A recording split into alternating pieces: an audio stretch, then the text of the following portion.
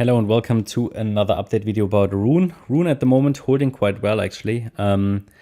Yesterday's update showed us already that we might have a top in place there, or at least we were waiting for a signal that a pullback has started.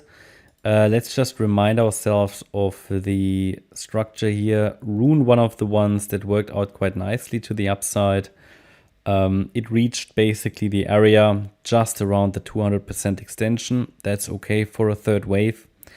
I did explain to you in yesterday's video that I would not count this small correction here as a wave 4. Yeah, so it could have been, theoretically, we could have said this is the 3, this is the 4, this is the wave 5. This would be a hopium count, and we would say, okay, we already had 5 waves up. We can say that a low is in, and we're now waiting for an ABC pullback in a wave 2. That is not reliable for a wave 4. It's far too shallow. So we now might see finally our wave 4. Now, very important, I'm not telling you that this support is holding. I'm telling you that we need to see 5 waves up to have a reliable signal that a lasting low is in place. That's important because technically we are still in a downtrend and we could get still one more low here, okay? However, with a high above yesterday's high, which was at $1.67, we have a 5-wave move up, a solid 5-wave move up of the 10th of June lows. And if we get 5 waves up, then we can look for a 3-wave pullback and have a first reliable trade setup. This one was a trade setup, not a reliable one, it still worked. This is another one, but I urge you to be cautious and careful.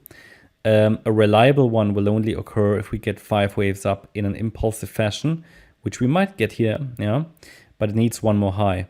Again, also here, this move up was a diagonal, but it followed through. At the moment, this could simply be an ABC structure. So relevant support and the decision point, which will decide between one more high and a potential really new uptrend to potentially actually new highs and a new bear market low. That decision point is $1.29. Funny enough, this 50% FIB level is also where this descending trend line is. So we might get a bit of a retest there.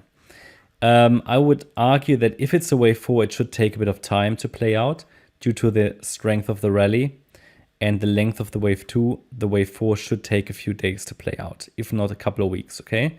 If it is a wave 4, it could also be something more bearish. I mean, if we see a break below 129, I think we have clarity that this is going to break down and could head to new lows. And I think this is everything in a nutshell, really.